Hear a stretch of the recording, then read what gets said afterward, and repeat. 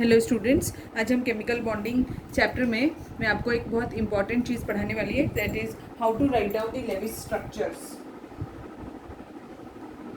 हमने first class में मैंने आपको बताया था कि लेविस डॉट स्ट्रक्चर्स क्या होते हैं। वो सिर्फ किसी पर्टिकुलर एटम के लिए होते हैं। ये जो लेविस स्ट्रक्चर्स हम पढ़ रहे हैं, ये Lewis structures for molecules having multiple bonds के लिए है। For these are the Lewis structure for molecules having multiple bonds. तो इसके कुछ रूल्स होते हैं, वो कैसे फॉलो करते हैं वो भी आपको बताती हूँ। जैसे एग्जाम्पल, फर्स्ट रूल्स पहले पढ़ लेती हूँ, उसके बाद में एग्जाम्पल लेंगे। रूल 1 क्या बोलता है? सबसे first thing, you have to write down the skeletal structure. क्या लिखना है आपको? स्केलेटल स्ट्रक्चर लिखना है। This is the first rule. ठीक है। सेकेंड रूल, आपको total number of valence electrons present in every atom which is present in the molecule, वो लिखना है। all valence electrons of all atoms which are present in the molecule.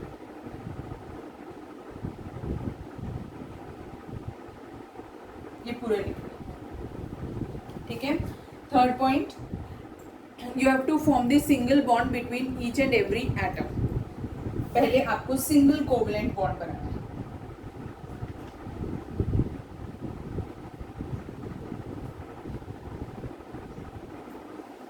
Fourth point, then you have to check whether the atoms have completed their octet or not. If not, in that case you have to form the multiple bonds. ठीक है, समझा? आपको octet check करना है atom का, octet complete हुआ है कि नहीं। अगर नहीं हुआ होगा तो if octet is not completed, in that case you have to form the multiple bonds, means double और ट्रिपल कोवलेंट बॉन्ड्स फॉर्म करने। ठीक है, समझ में आया ये भी बात?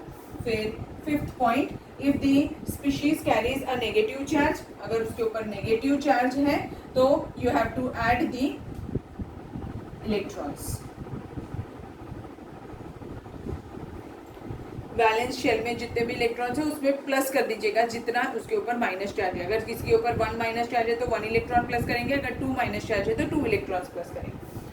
और if the species carries a positive charge, in that case you have to subtract the electrons. क्या करना है आपको? इलेक्ट्रॉन्स सब्सट्रैक्ट करना है। जैसे अगर किसी में लिखा है Na+, इट मीन्स आपको उसमें से एक इलेक्ट्रॉन माइनस करना है। अगर Mg2+ है तो उसमें से आपको 2 इलेक्ट्रॉन माइनस करना है। समझ में आ गए? ये ऐसे रूल्स है। अब हम मॉलिक्यूल देखते हैं। अगर आपको समझ में आया है यहाँ तक कि तो देखिए अभी इसका मॉलिक्यूल अब हम पढ़ते हैं कि मॉलिक्यूल कैसे बनाते होंगे। तो सबसे फर्स्ट मॉलिक्यूल लेते हैं कार्बन मोनोऑक्साइड।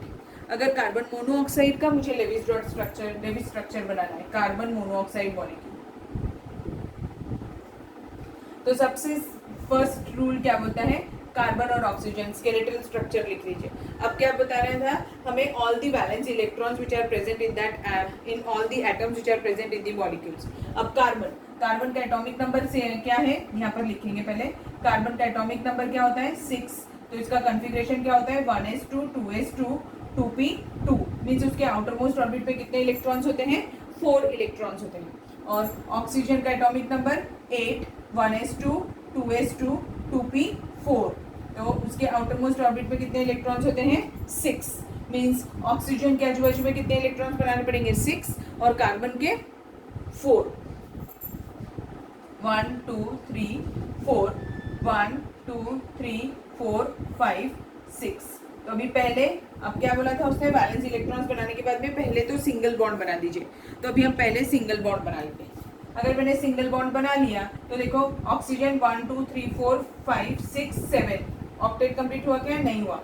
1 2 3 4 5, इसका भी ऑक्टेट कंप्लीट नहीं हुआ, मीन्स कार्बन और ऑक्सीजन दोनों का ही ऑक्टेट कंप्लीट नहीं हुआ है। तो अब हमें अरेंजमेंट ऐसी करनी है कि हम मल्टीपल बॉन्ड फॉर्म कर सकें, और कौन सा? वो भी डबल या फिर ट्रिपल। अब ऑक्सीजन कितना डेफिसिट है ये चेक करेंगे अब हम। ठीक है, तो ऑक्सीजन को कितनी डेफिशिएंसी है और कार्बन को कितनी डेफिशिएंसी है? कार्बन के पास में कितने इलेक्ट्रॉन्स हो रहे हैं? 1 2 3 4, मीन्स इसको और 4 इलेक्ट्रॉन्स चाहिए। और इस कार्बन को कितने इलेक्ट्रॉन्स चाहिए? 4 इलेक्ट्रॉन्स चाहिए। और ऑक्सीजन को कितने इलेक्ट्रॉन्स चाहिए? 1 2 3 4 5 6 6 7 8, यानी कि 2 इलेक्ट्रॉन्स ऑक्सीजन को चाहिए। अब हम अरेंजमेंट कैसे करेंगे? हमारे पास इलेक्ट्रॉन्स तो इतने ही है, क्योंकि कोई चार्ज नहीं है कार्बन मोनोऑक्साइड के ऊपर। तो अब हमें कैसे करना पड़ेगा, देखो कार्बन लिखा, एक ऑक्सीजन लिखा, 1 2 3 4 5 6 मीन्स हमें टोटल इलेक्ट्रॉन्स कितने हो रहे हैं, इसके पास 4 इलेक्ट्रॉन्स हैं, 1 2 3 4, 4 + 4 8, 4 इलेक्ट्रॉन्स, और ये 6 इलेक्ट्रॉन्स, 4 + 6 कितने, 10 इलेक्ट्रॉन्स है, तो ये मैंने 6 बना दिए, 7 8। अब देखो ऑक्सीजन 1 2 3 4 5 6 7 8 मीन्स ऑक्सीजन के बन गए 8 इलेक्ट्रॉन्स हो गए। अब इस कार्बन के पास में 1 2 3 4 5 6 7 8, अब ये कार्बन की देखो, और टोटल नंबर ऑफ इलेक्ट्रॉन्स भी आपके पास में कितने होने चाहिए, कार्बन के केस में आउटर मोस्ट ऑर्बिट में 4 इलेक्ट्रॉन्स थे और ऑक्सीजन के पास 6, तो 6 + 4 कितने होते हैं 10, तो ये आपके टोटल नंबर ऑफ इलेक्ट्रॉन्स भी कितने होने चाहिए 10। देखो 1 2 3 4 5 6 7 8 9 10 इलेक्ट्रॉन्स। तो अब ये कैसा बना है, ये ऐसे बॉन्ड्स हो गए, मीन्स कार्बन और ऑक्सीजन में कैसे ट्रिपल बॉन्डिंग रहती है और एक एक लोन पेयर यानी एक एक इलेक्ट्रॉन का पेयर ऑक्सीजन और कार्बन दोनों पे रहता है। अच्छा, एक चीज बतानी थी, if a atom carries the pair of electrons which do not participates in bonding, such pair of electrons is termed as what, bond lone pairs, उसे क्या बुलाते हैं, lone pairs, and the electrons which participates in bonding are termed as what, bond pairs। समझा मैंने क्या बोला, मैंने दो टर्म्स यूज किए, the electrons which participate in bonding,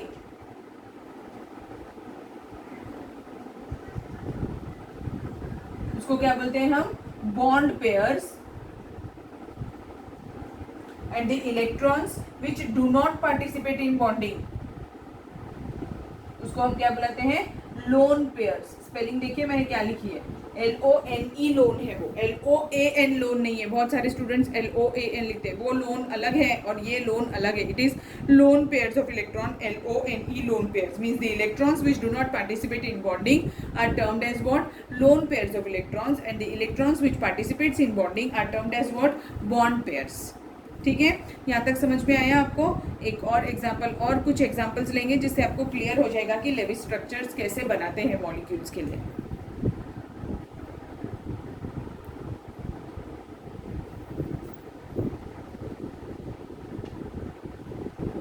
let's see the example of sulphate ion SO4 2-।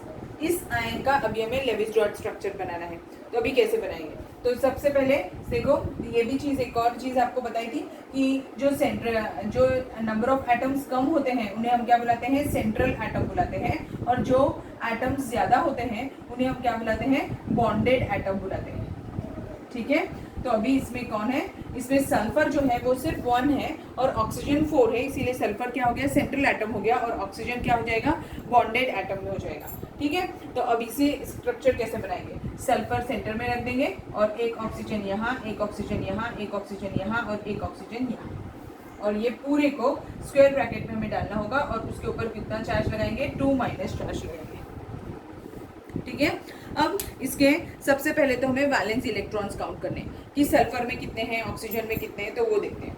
तो अब देखो सल्फर एटॉमिक नंबर क्या होता है, 16, तो इसका कन्फिग्रेशन देखो 1s2 2s2 2p6 10 इलेक्ट्रॉन्स हो गए, 3s2 3p4, तो इसके आउटर मोस्ट ऑर्बिट में कितने इलेक्ट्रॉन्स है, 6, मीन्स सल्फर के पास में आउटर मोस्ट ऑर्बिट में कितने इलेक्ट्रॉन्स है, 6 वैलेंस इलेक्ट्रॉन्स है। अब ऑक्सीजन का एटॉमिक नंबर क्या होता है, 8, कन्फिग्रेशन क्या हो जाएगा, 1s2 2s2 2p4, मीन्स इसके भी आउटर मोस्ट ऑर्बिट में कितने इलेक्ट्रॉन्स है, 6, तो ऑक्सीजन के केस में भी कितने इलेक्ट्रॉन्स है, आउटर मोस्ट ऑर्बिट में 6 इलेक्ट्रॉन्स है। अब 6 + 6 कितना हुआ, 6 + 6 12 हो गया। अब इसमें देखो 2- चार्ज भी लगा हुआ है, इसीलिए हम इसमें +2 इलेक्ट्रॉन्स कर रहे हैं, मीन्स टोटल इलेक्ट्रॉन्स कितने हो जाएंगे हमारे पास, 14 इलेक्ट्रॉन्स हो जाएंगे। वो 14 इलेक्ट्रॉन्स हमें इसमें रखने हैं।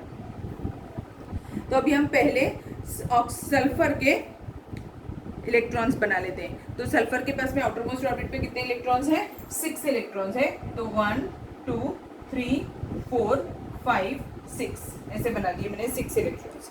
अब ऑक्सीजन के इलेक्ट्रॉन्स बनाते हैं। ऑक्सीजन के पास में भी कितने इलेक्ट्रॉन्स हैं, 6 इलेक्ट्रॉन्स है, 1 2 3 4 5 6 1 2 3 4 5 6 1 2 3 4 5 6 1 2 3 4 5 6, ये हो गए 6 इलेक्ट्रॉन्स। अब क्या करना था हमें, अब हमें 2 इलेक्ट्रॉन्स ऐड करने हैं। तो अब वो 2 इलेक्ट्रॉन्स हम कहाँ ऐड करेंगे वो हम देखेंगे। पहले 2 इलेक्ट्रॉन्स हम ऐड कर देते हैं। एक इलेक्ट्रॉन यहाँ ऐड कर देती हूँ क्रॉस के फॉर्म में, और एक इलेक्ट्रॉन यहाँ ऐड कर देती हूँ क्रॉस के फॉर्म में, ठीक है। अब हम बॉन्ड्स बनाकर देख लेते हैं। अगर मैं इसका बॉन्डिंग करूँ तो क्या होना चाहिए, सबका ऑक्टेट भी कंप्लीट होनी चाहिए। और अब अगर ऑक्टेट कंप्लीट कर जाएगी तो कैसे होगा, देखो अब सबके साथ में एक एक सिंगल बॉन्ड ये बना लेगा, ठीक है। सबके साथ सिंगल सिंगल बॉन्ड बना लिया। अब सल्फर के इलेक्ट्रॉन्स आप काउंट करें कितने हो रहे हैं, 1 2 3 4 5 6 7 8,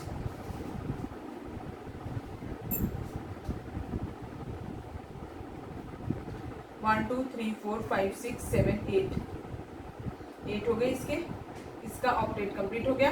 अब इसको देखो 1 2 3 4 5 6 7, और ये काउंट करेगा इसके भी इलेक्ट्रॉन्स। तो टोटल ऑक्टेट कंप्लीट होना चाहिए सभी का।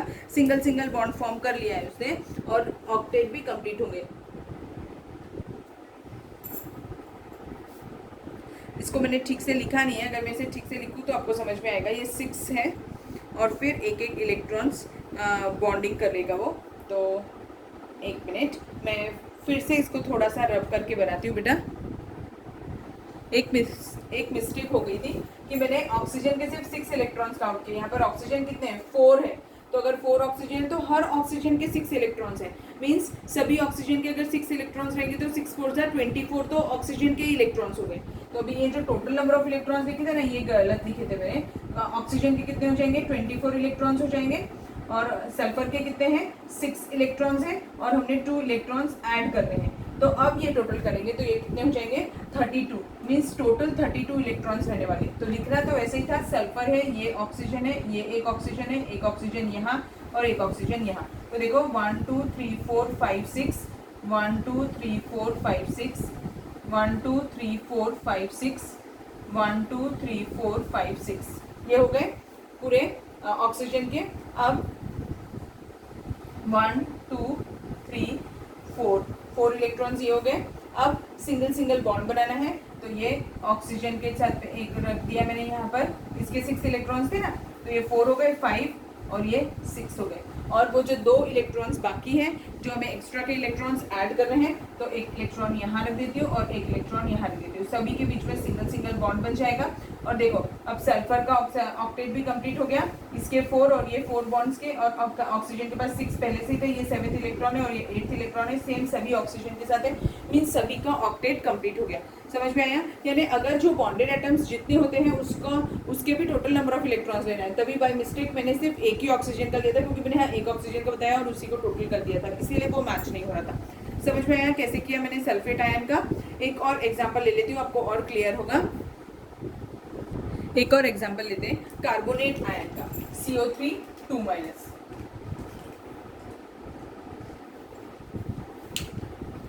अब इसमें देखो carbon atomic number 6, configuration 1s2 2s2 2p2, means इसके आउटर मोस्ट ऑर्बिट में कितने इलेक्ट्रॉन्स है, 4 इलेक्ट्रॉन्स है इसके वैलेंस शेल में कार्बन के। ऑक्सीजन के आउटर मोस्ट ऑर्बिट में कितने इलेक्ट्रॉन्स होते हैं, 6 इलेक्ट्रॉन्स। जस्ट अभी इससे पहले वाले एग्जांपल में देखा, इसलिए भी हम फिर से वो नहीं लिखेंगे। तो अभी टोटल इलेक्ट्रॉन्स कितने हो गए, 4 कार्बन के, ऑक्सीजन के 6, और कितने ऑक्सीजन है, 3 ऑक्सीजन है, तो 6 3 जा 18, तो 18 प्लस करेंगे। और क्या प्लस करना पड़ेगा, यहाँ पर 2 माइनस चार्ज है, इसीलिए और 2 प्लस करना पड़ेगा। तो टोटल इलेक्ट्रॉन्स कितने हो जाएंगे, 18 + 2 20 + 4 24 इलेक्ट्रॉन्स हो जाएंगे। मीन्स टोटल इलेक्ट्रॉन्स कितने हैं इसमें, 24 इलेक्ट्रॉन्स हैं। अब कार्बन और ऑक्सीजन का स्केलेटन है, इसमें ये क्या है, कार्बन कौन सा एटम हो जाएगा, सेंट्रल एटम हो जाएगा, ठीक है। और ऑक्सीजन कौन सा एटम है, बॉन्डेड एटम है। अभी बताया था मैंने, जिसका नंबर ज्यादा होता है वो बॉन्डेड एटम होता है, और जिसका नंबर कम होता है हमेशा वो सेंट्रल एटम होता है। तो अभी स्केलेटल स्ट्रक्चर में कार्बन सेंटर में आ जाएगा, एक ऑक्सीजन यहाँ, एक ऑक्सीजन यहाँ और एक ऑक्सीजन यहाँ, और ये पूरा का पूरा स्क्वायर ब्रैकेट के अंदर, और कितना चार्ज आ जाएगा, -2 आ जाएगा, ठीक है। अब टोटल इलेक्ट्रॉन्स हमें कितने अरेंज करने हैं, 24। तो अब वो देखो कैसे अरेंज करेंगे। पहले ऑक्सीजन के 6 इलेक्ट्रॉन्स हम बना लेते हैं, 1 2 3 4 5 6 इलेक्ट्रॉन्स। 1 2 3 4 5 6 इलेक्ट्रॉन्स। ठीक है, अब कार्बन के पास में कितने इलेक्ट्रॉन्स हैं? 4 इलेक्ट्रॉन्स कार्बन के पास है। 1 2 3 4 ये बना लिया हमने, 4 इलेक्ट्रॉन्स कार्बन के पास। अब इस ऑक्सीजन के 6 इलेक्ट्रॉन्स बाकी है। 1 2 3 4 5 6 इलेक्ट्रॉन्स। अभी भी हमारे पास 2 इलेक्ट्रॉन्स और रखने हैं, तो वो 2 इलेक्ट्रॉन्स कहाँ रखेंगे ये देखते हैं पहले। तो अभी इसमें कैसा, ये कार्बन जो है, ये जो ऑक्सीजन है, इसको मैं इसके इलेक्ट्रॉन्स यहाँ रखती हूँ, तो इसने डबल बॉन्ड बना लिया, मीन्स इसका तो ऑक्टेट कंप्लीट हो जाएगा अगर इसने डबल बॉन्ड बनाया। अब ये ऑक्सीजन को देखें, ये ऑक्सीजन के पास में कितने इलेक्ट्रॉन्स हैं? 1 2 3 4 5 6 है, ये 7 होगा, और एक इलेक्ट्रॉन में एक्स्ट्रा वाला इलेक्ट्रॉन इसके पास रख देती हूँ, तो ये बन गया इसका 8, ये सिंगल बॉन्ड बना। अब ऊपर वाला 1 2 3 4 5 6 इलेक्ट्रॉन्स है, और ये वाला 7, और एक इलेक्ट्रॉन एक्स्ट्रा का जो हमें रखना था, हमें 2 इलेक्ट्रॉन्स ऐड करने थे ना, तो वो ये रख दिया, तो इसने भी कौन सा बॉन्ड बना लिया? सिंगल। तो अभी कैसा दिखेगा ये? ऐसा।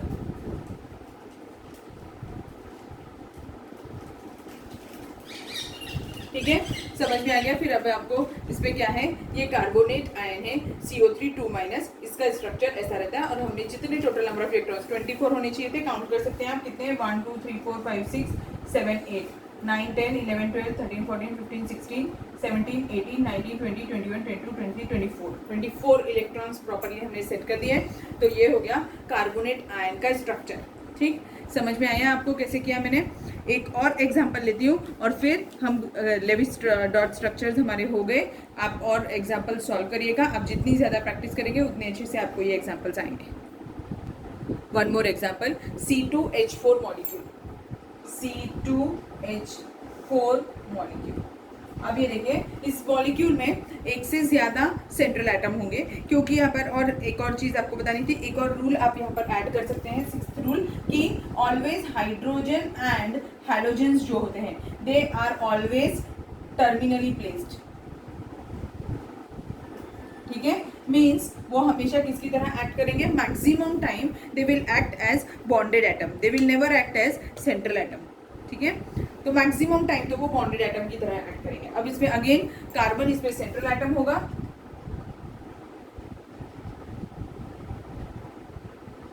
हाइड्रोजन बॉन्डेड एटम होगा। अब कार्बन जो है ये 2 इन नंबर है, इसके आउटर मोस्ट ऑर्बिट में कितने इलेक्ट्रॉन्स होते हैं? 4 इलेक्ट्रॉन्स होते हैं, तो 4 × 2 it is equal to 4 2 8, means 8 electrons हो जाएंगे कार्बन के। और हाइड्रोजन 1 इलेक्ट्रॉन होता है, और कितने हाइड्रोजन है? 4, तो into 4 it is equal to 4 electrons. तो प्लस कर देंगे इसमें 4 इलेक्ट्रॉन्स, 4 इलेक्ट्रॉन्स प्लस करेंगे तो कितना हो जाएगा? 8 + 4 12 होता है, तो 12 इलेक्ट्रॉन्स, टोटल इलेक्ट्रॉन्स हमारे पास कितने रहेंगे? 12। अब इसकी स्केलेटल स्ट्रक्चर कैसा रहेगा? स्केलेटल स्ट्रक्चर में 2 कार्बन सेंट्रली प्लेस्ड दिखने चाहिए, तो 2 कार्बन यहाँ पे कर दिए, और हाइड्रोजन जो है वो टर्मिनली प्लेस करना है, बट अब इसमें जो हाइड्रोजन है वो बॉन्डेड एटम इक्वली डिस्ट्रीब्यूट करना होता है दोनों सेंट्रल एटम के ऊपर। तो 4 हाइड्रोजन है, 4 हाइड्रोजन है, तो उसको इक्वली डिस्ट्रीब्यूट करेंगे तो क्या होंगे? 2 ऑन ईच कार्बन एटम। तो एक इधर, एक इधर, एक इधर, और एक।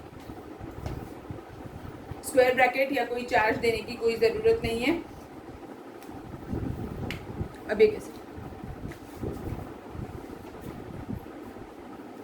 अब सेंट्रल एटम कार्बन के पास में टोटल 8 इलेक्ट्रॉन्स होने चाहिए, तो अभी देखो ये कैसे स्ट्रक्चर्स बनाएंगे अभी हम।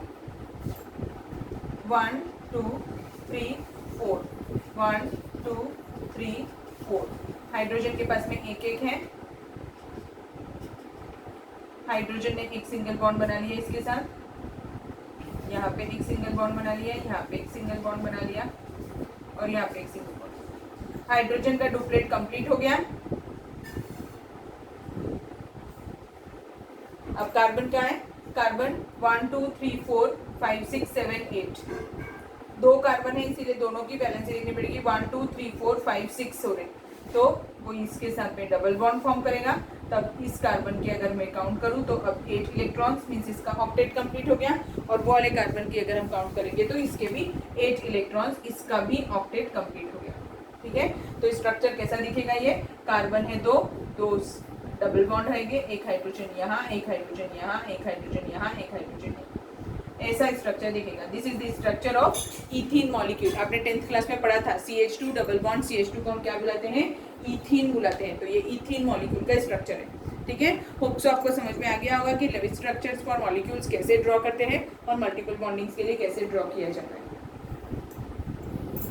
सो आज के लिए इतना काफ़ी है, बाकी का हम नेक्स्ट क्लास में पढ़ेंगे। नेक्स्ट क्लास में मैं आपको नया टॉपिक पढ़ाऊंगी, ठीक है।